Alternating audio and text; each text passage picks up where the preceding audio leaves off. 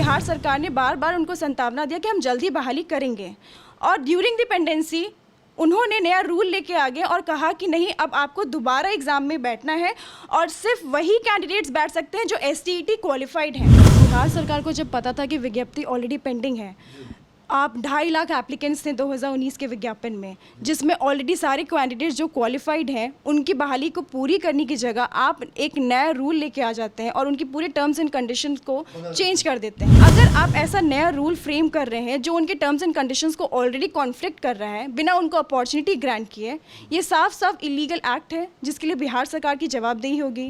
जो नया कानून बनता है तो पार्लियामेंट में, विधानसभा में डिबेट होता है, रूल में सोच समझ के वेटिंग कमेटी होती है, तो लगता है कहीं ना कहीं कोई खामी है। इसके चलते इस तरह का डिफेक्टिव पॉलिसी बन रहा है, रूल बन रहा है। इसको बिहार सरकार को देखना चाहिए कि इससे पब्लिक में बुरा मैसेज आता है। आप देखिएगा कि जब विज्ञापन निकला था 2019 में तो 3 पद के लिए निकला था, सेकेंडरी, सीनियर सेकेंडरी और फिजिकल एजुकेशन और हेल्थ इंस्ट्रक्टर।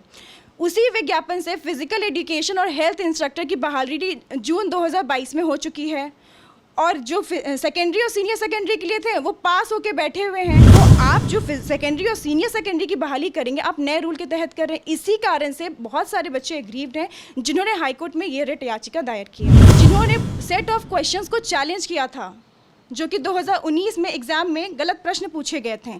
उसका अभी तक डिसीजन पेंडिंग है। उसके बावजूद उन्होंने नया रूल लेके आया ताकि पूरी प्रक्रिया को ही एक तरीके से समझिए तो समाप्त कर दिया गया है। नमस्कार, आप देख रहे हैं RAD न्यूज़। मैं हूं हेमंत कुमार। कोर्ट से बिहार सरकार के लिए लगातार बुरी खबर आ रही है। अभी जाति गणना के सवाल पर सरकार हाई कोर्ट में हारी, उसके बाद सुप्रीम कोर्ट में हारी। आनंद मोहन की रिहाई के सवाल पर भी सरकार से जवाब तलब हो गया है कि सरकार ने जो रिहाई का फैसला लिया उसके बारे में जो डॉक्यूमेंट है वो डॉक्यूमेंट कोर्ट के सामने पेश किया जाए। अब एक नया मामला आया है कि बिहार में 2.25 लाख शिक्षकों की बहाली होने वाली है। उस बहाली की प्रक्रिया को पटना हाई कोर्ट में चुनौती दी गई है। कहा गया है कि जो बहाली की प्रक्रिया है वह प्रक्रिया कानून के विरुद्ध है, संविधान में जो प्रावधान किया गया है उसके विरुद्ध है।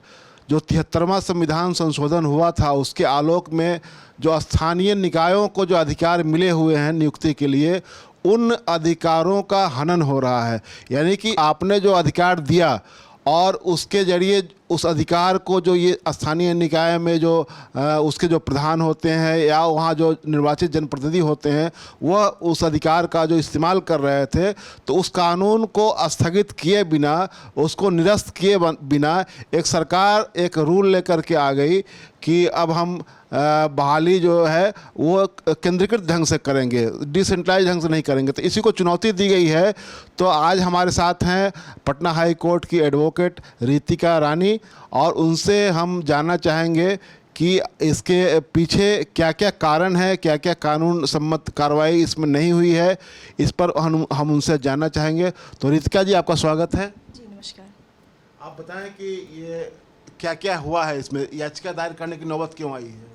10 अप्रैल 2023 में बिहार सरकार ने एक नया रूल फ्रेम किया है जिस द्वारा इन्होंने जो भी विज्ञापन संख्या PR 373 2019 के कैंडिडेट्स हैं जो 12 मार्च 2021 में ऑलरेडी क्वालिफाइड होके बैठे हुए हैं, जिनकी नियुक्ति आज तक पूरी नहीं की गई है, उन सब की नियुक्ति पे एक तरीके से समझिए तो रोक लगा दी गई है। और उनको कहा गया है कि वो नए प्रोसेस पे जो कि नए रूल के तहत लाया गया है दोबारा उस पर पार्टिसिपेट करें, एग्जामिनेशन दें जो कि BPSC के द्वारा कंडक्ट किया जाएगा। उसके बाद ही वो आगे बहाली की प्रक्रिया में पार्टिसिपेट कर सकते हैं। इसलिए प्रभाकर द्वारा कैंडिडेट टोटल 21 कैंडिडेट्स हैं जिनका नाम है प्रभाकर रंजन, उनके साथ अन्य 21 कैंडिडेट आए थे जिनका कहना है कि हम 2021 से बहाली के लिए आशा में बैठे हुए थे कि हमें नियुक्ति पत्र दिया जाएगा, जो कि बिहार सरकार ने बार बार उनको संतावना दिया कि हम जल्दी बहाली करेंगे। और ड्यूरिंग द पेंडेंसी उन्होंने नया रूल लेके आ गए और कहा कि नहीं, अब आपको दोबारा एग्ज़ाम में बैठना है और सिर्फ वही कैंडिडेट्स बैठ सकते हैं जो STET क्वालिफाइड हैं। बिहार सरकार को काफ़ी अच्छे से मालूम है कि पटना ऑनरेबल हाईकोर्ट पटना में ऐसे बहुत सारे मुद्दे पेंडिंग हैं जिसमें फ़िज़िक्स के कैंडिडेट्स हो, सोशल साइंस के कैंडिडेट्स हो या फिर कंप्यूटर साइंस के कैंडिडेट्स हो, जिन्होंने सेट ऑफ क्वेश्चंस को चैलेंज किया था जो कि 2019 में एग्ज़ाम में गलत प्रश्न पूछे गए थे, उसका अभी तक डिसीजन पेंडिंग है। उसके बावजूद उन्होंने नया रूल लेके आया ताकि पूरी प्रक्रिया को ही एक तरीके से समझिए तो समाप्त कर दिया गया है। तो ये हम जानना चाहेंगे कि जो ये चुनौती दी गई है, तो ये क्या ये कहना है कि जो लोग इस बहाली प्रक्रिया में शामिल होंगे उनको आप जो स्थानीय निकाय है, यानी कि जो पंचायत है, प्रखंड प्रमुख है, जिला परिषद अध्यक्ष हैं, अथवा नगर निगम में जो मेयर होते हैं, वो उन लोगों को ही ये नियुक्ति का अधिकार बरकरार रहे क्या? ये जब 2019 का विज्ञापन निकला था तो 2012 का रूल गवर्निंग था, जिसके टर्म्स एंड कंडीशन पे सारे कैंडिडेट्स ने अप्लाई किया था। अब आप वो सारा पावर उनसे छीन के बिहार सरकार बीपीएससी को बॉडी बना सेलेक्ट कर चुकी है और बोला कि वही एग्जामिनेशन कंडक्ट करेंगे। पहले रूल के तहत कभी भी नेगेटिव मार्किंग नहीं थी। अब जो नया रूल लेके आया है वो आपका नेगेटिव मार्किंग बोलता है। जब आपने विज्ञापन निकाला और उसमें दिखाया कि हमारे पास 37,000 वैकेंसी है, हर एक सब्जेक्ट वाइज आपने वैकेंसी को नोटिफाई किया। अब आप नया रूल लेकर आते हैं जिसमें आपने उसका स्कोप इतना इनलार्ज कर दिया है कि वैसे कैंडिडेट्स जो 2006 से पहले से वर्किंग हैं वो भी पार्टिसिपेट कर सकते हैं। आप देखिएगा कि जब विज्ञापन निकला था 2019 में तो 3 पद के लिए निकला था, सेकेंडरी, सीनियर सेकेंडरी और फिजिकल एजुकेशन और हेल्थ इंस्ट्रक्टर। उसी विज्ञापन से फिजिकल एजुकेशन और हेल्थ इंस्ट्रक्टर की बहाली जून 2022 में हो चुकी है और जो सेकेंडरी और सीनियर सेकेंडरी के लिए थे वो पास होके बैठे हुए हैं। ये सोचिए कि अब हमारी बहाली होगी। अब एक विज्ञापन पे आप 2 रूल कैसे अप्लाई कर सकते हैं? जब 3 पद था, एक पद ऑलरेडी 2012 के रूल के तहत बहाली हो चुकी है, तो आप जो सेकेंडरी और सीनियर सेकेंडरी की बहाली करेंगे आप नए रूल के तहत कर रहे हैं। इसी कारण से बहुत सारे बच्चे एग्रीव्ड हैं जिन्होंने हाईकोर्ट में ये रिट याचिका दायर किया है। तो हम ये जानना चाहेंगे कि 2 इसमें पहलू है। एक पहलू है कि आप स्थानीय निकायों से अधिकार वापस ले रहे हैं और दूसरा पहलू है कि जो पहले के जो कैंडिडेट जो बहाल हुए थे उनको जिन शर्तों पर बहाल किया गया था वो शर्तें यहाँ आकर बदल जा रही हैं। जिनकी बहाली हुई नहीं थी, जो एग्जामिनेशन क्लियर करके बैठे हुए थे, उनकी बहाली पेंडिंग थी। 12 मार्च 2021 को ही रिजल्ट पब्लिश कर दिया गया था जिसमें ये सारे कैंडिडेट्स क्वालिफाइड थे और इस आशा में बैठे थे कि अब हमारी बहाली होगी, हमें नियुक्ति पत्र दिया जाएगा। अब 2 साल के बाद आप नया रूल फ्रेम करके लाते हैं बिना कोई भी ड्राफ्ट पब्लिक डोमेन पे पब्लिश किए हुए, बिना कोई भी ऑब्जेक्शन सीक किए हुए कि जो अभ्यर्थी इनसे अफेक्टेड होंगे उनको अगर कोई ऑब्जेक्शन होगा तो आप उनसे एक बार उनको अपॉर्चुनिटी तो ग्रांट कीजिएगा। ये मौका किसी भी अभ्यर्थी को जो क्वालिफाइड थे नहीं दिया गया है। तो ये सरकार जो कर रही है तो उसमें एक चीज़ हम ये और ज़्यादा क्लियर होना चाहते हैं कि जो रूल पहले था, जो एक्ट लेकर जो सरकार आई थी, तो उसके बदले में कोई एक्ट नहीं लाया गया है। जस्ट एक रूल ला करके आप उसको एक तरह से ओवर रूल कर रहे हैं एक्ट को। तो एक्ट को तो रूल से ओवर रूल नहीं किया जा सकता है। बिल्कुल नहीं। जो पहले के रूल्स थे वो बिहार पंचायत राज एक्ट के तहत थे, उनको गवर्निंग बॉडी वो थी। अब आप जो नया रूल लेकर आए हैं बिना प्रीवियस सारे रूल्स को रिपील किए हुए, वो बिहार सरकार को पावर नहीं है। इसी कारण से यह रिट याचिका हम लोगों ने चैलेंज किया, इसकी वैलिडिटी को, जो रूल लेके आए हैं 2023। तो आप कह रहे हैं कि बिहार सरकार को पावर नहीं था। क्या वो जो संविधान का 73वां संशोधन था जिसके जरिए अधिकार जो दिए गए थे स्थानीय निकायों को, तो क्या ये अधिकार जो है वो केंद्र सरकार को ही है? जब तक आप रिपील नहीं कीजिएगा उस रूल को तब तक आप नया रूल कैसे फ्रेम कर सकते हैं? सरपास करते हुए एक्ट को, वो वायलेशन होता है आपका। तो ये एक तरह से क्लैश ऑफ रूल भी होगा क्योंकि आप एक्ट को बिना बदले हुए पावर आप नया रूल लेकर के आते हैं। तो इसमें 2 तरह की बात हम लोग समझ रहे हैं कि एक तो है कि सरकार ने जो पहले से जो एक्ट था, जो 73वां संविधान संशोधन के जरिए जो स्थानीय निकायों को मिला था कि स्थानीय निकाय जो हैं वो ग्राम पंचायत है, ऊपर में ये पंचायत समिति है, उसके ऊपर जिला परिषद है, फिर ये नगर निगम है, नगर पालिकाएँ हैं, ये नगर पंचायत हैं, इनको जो अधिकार मिले हुए थे उन अधिकारों को वापस लेने का जो तरीका है वो उस तरीके को अपनाया नहीं गया है, बल्कि जो वो एक्ट के जरिए उनको अधिकार मिला हुआ था और सरकार एक रूल लेकर के आकर के उसको बदलना चाह रही है। तो एक ये इनका रितिका जी का कहना है कि ये एक तरह से क्लैश ऑफ रूल भी है और नियम के विरुद्ध भी है। दूसरी बात कि जो पहले से जो लड़के जो अभ्यर्थी जो इसमें बहाली की प्रतीक्षा कर रहे थे, अब उनको नई सेवा शर्तों के आधार पर उनको बहाली प्रक्रिया में जाना पड़ेगा। और जो लोग इसमें जाएंगे तो पहले से जो लोग नौकरी कर रहे हैं, जो पंचायतों के अधीन और प्रखंडों के अधीन, जिला परिषदों के अधीन या नगर निगम या नगर पंचायत के अधीन, उन लोगों की जो सेवा शर्तें हैं उनका वेतनमान जो है इनसे अलग होगा। तो एक ही काम के लिए अलग अलग ये वेतनमान, अलग अलग सेवा शर्तें भी हो गई। तो ये भी एक तरह से ये एक कन्फ्लिक्ट ऑफ लॉ है।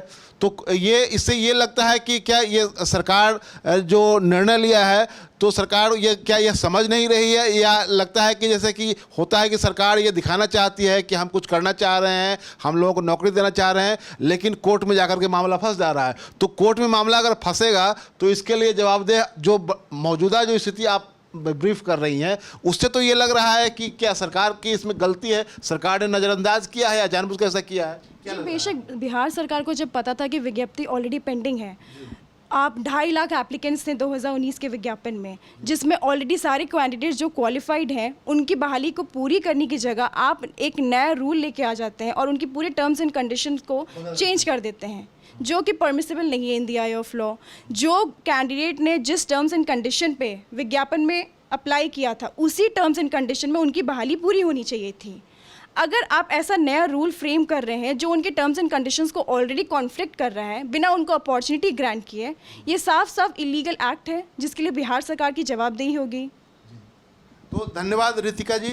हम इस मसले पर पटना हाई कोर्ट के सीनियर एडवोकेट दीनू कुमार जी भी यहाँ हमारे साथ मौजूद हैं, उनसे भी हम चाहेंगे कि वह भी अपनी राय बताएं इस याचिका के संदर्भ में, जो शिक्षक बहाली की प्रक्रिया को चुनौती देने वाली जो याचिका है। हाँ सर, बताएं इस ये प्रक्रिया के बारे में जो चुनौती दी गई है उसके बारे में। देखिए, बिहार सरकार ने भारत के संविधान 243(6) और आर्टिकल 73 को ध्यान में रखते हुए, और जो डेमोक्रेसी में है कि पावर का डिसेंट्रलाइजेशन होना चाहिए, और जब तक लोकल सेल्फ गवर्नमेंट मजबूत नहीं होंगी, फंक्शनल नहीं होगा, तब तक डेमोक्रेसी प्रिवेल नहीं करेगा।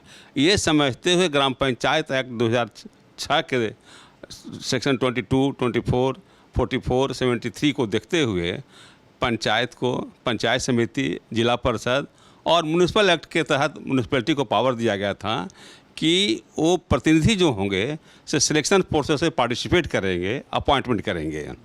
और इसके तहत 2006 से 15 तक, यानी कि इस रूल के बाद जो 2023 में रूल आया है उसके पहले बहाली होती रही। अभी मामला सिलेक्शन का डिफरेंट स्टेज में हाईकोर्ट में पेंडिंग है, सरकार के यहाँ पेंडिंग है। एकाएक article 309 of the constitution of India के तहत 2023 में जो रूल लाए उसमें इन्होंने जो प्रीवियस जितना है 2006 का रूल था 8, 10, 12, 15, 20 को रिपील नहीं किया, बल्कि वो एग्जिस्ट कर रहे हैं। और आपने एक नया रूल ले आया जो article 73, 243 of the constitution of India और ग्राम पंचायत एक्ट के सेक्शन 44, 73 और 22 के कन्फ्लिक्ट में है। यानी कि रूल कभी एक्ट पर प्रिवेल नहीं करेगा, जिस एक्ट के तहत रूल बना है वो प्रिवेल करेगा। इसलिए 309 कॉन्स्टिट्यूशन में जो रूल बनाए हैं बिल्कुल ही वॉइड, इलीगल, ab initio है। इतना ही नहीं, एक्सटेंस कंसिडरेशन है, मैनिफेस्ट आर्बिट्रेरियसनेस है। इसी बात लेकर वैलिडिटी ऑफ रूल को चैलेंज किया गया है। और इसमें खास दो बात ये है, जब योग्यता पहले जो बहाल हुए हैं जो रूल बनाने के पहले शिक्षक, और अभी जो रूल के अनुसार दोनों का योग्यता एक है और दोनों के 2 सैलरी होगी, तो आर्टिकल 14 का वायलेशन होगा, equal pay for equal work के विरुद्ध होगा। तो एक तरह से ह्यूमन राइट्स का भी वायलेशन है। इन बातों को देखते हुए रीट याचिका दायर की गई है। उसका मूल कहना है कि बिहार सरकार ने जो रूल बनाई है 2023 में, वो conflict of gram panchayat act, municipal act और प्रीवियस जितने रूल बने हैं 2006, 8, 10, 12, 15, 20 उसके विपरीत है। सर, हम आपसे ये जानना चाहते हैं कि सरकार के पास कानूनी सलाहकार हैं, एडवोकेट जनरल हैं, तो क्या सरकार इतना ये उस सरकार की बुद्धि भ्रष्ट हो गई है, बुद्धि मारी गई है कि ये सब जितने कारण आप गिना रहे हैं उन चीज़ों पर विचार नहीं किया गया? तो एक पॉलिटिकल सवाल आपसे है कि क्या सरकार नहीं चाहती है सही अर्थों में कि बहाली हो और कोर्ट में जाकर ये मामला फंस जाए? हम इतना ही कहेंगे कि कहीं ना कहीं रूल बनाते समय जो ग्राम पंचायत एक्ट के जो प्रोविज़न है, जिसके तहत पहले 2006, 8, 10, 12, 15, 20 में रूल बन कर अमेंड हुआ, उसको नज़रअंदाज किया गया और उसका इफेक्ट उन्होंने नहीं देखा कि जो आर्टिकल 309 में जो हम रूल बना रहे हैं, तो प्रीवियस जो ग्राम पंचायत एक्ट, म्यूनिसिपल एक्ट के तहत जो रूल बने हैं उसका क्या प्रभाव होगा, क्या इफेक्ट होगा। अगर विचार किए रहते तो मेरे समझ से जो 2023 में रूल बनाए हैं आर्टिकल 309 क्वेश्चन ऑफ में, इस तरह का रूल नहीं बनाते हैं। सर, ये एक सरकार के खिलाफ एक मामले में आप खुद ये एडवोकेट हैं जाति जनगणना मामले में, उसमें भी सरकार को हाई कोर्ट में फिर सुप्रीम कोर्ट में हार का सामना करना पड़ा है। तो ये जो उसमें भी ये बताया जा रहा है कि सरकार ने कोई कानून बनाने के बदले में वो सिर्फ एक ऑर्डर पास करके कैबिनेट से एक मंजूरी लेकर के और शुरू हो गई, तो इसकी वजह से ये मामला जाकर के वहाँ फंस गया हुआ है। तो क्या ये नहीं लग रहा है इन सब चीज़ों को जो क्रोनोलॉजी है उससे ये लगता है कि सरकार जो है वो इन चीज़ों पर गहन विचार विमर्श किए बगैर, कानूनी सलाह लिए बगैर आगे बढ़ जाती है और कोर्ट में जाकर मामला फंस जाता है? बिल्कुल आपने सही कहा। अगर कोई कानून बनता है तो देखिए, आज़ाद देश हुआ, उसके पहले पार्लियामेंट्री डिबेट होता था, संविधान सभा में डिबेट हुआ। जो नया कानून बनता है तो पार्लियामेंट में, विधानसभा में डिबेट होता है, रूल में सोच समझ के वेटिंग कमेटी होती है। तो लगता है कहीं ना कहीं कोई खामी है, इसके चलते इस तरह का डिफेक्टिव पॉलिसी बन रहा है, रूल बन रहा है। इसको बिहार सरकार को देखना चाहिए कि इससे पब्लिक में बुरा मैसेज आता है। तो आपने अभी सुना कि कैसे ये कन्फ्लिक्ट ऑफ लॉ है, शिक्षक बहाली को जो चुनौती दी गई है, और इसमें फिर ये आशंका जताई जा रही है कि यह मामला फिर जाकर के कोर्ट में फंसेगा और जो बिहार के जो बेरोजगार नौजवान जो हैं, जिनको नौकरी की उम्मीद लगी हुई है, उनके लिए फिर से एक संकट खड़ा होने की आशंका है। तो और ये इसके पीछे ये माना जा रहा है कि सरकार इन चीज़ों पर बहुत गहनता से विचार विमर्श किए बिना विधि सम्मत कार्रवाई किए बिना आगे बढ़ जाती है और आगे जाकर के कोर्ट में मामला फंसता है, जैसे कि जाति जनगणना में फंसा हुआ है, आनंद मोहन की रिहाई के मामले में भी सुप्रीम कोर्ट से एक तरह से ये हो गया है। तो कुल मिलाकर के ये लग रहा है कि ये मामला जो है शिक्षक बहाली वाला भी, ये भी जाकर के कोर्ट में फंसेगा। तो धन्यवाद आपका दिनू कुमार जी, धन्यवाद।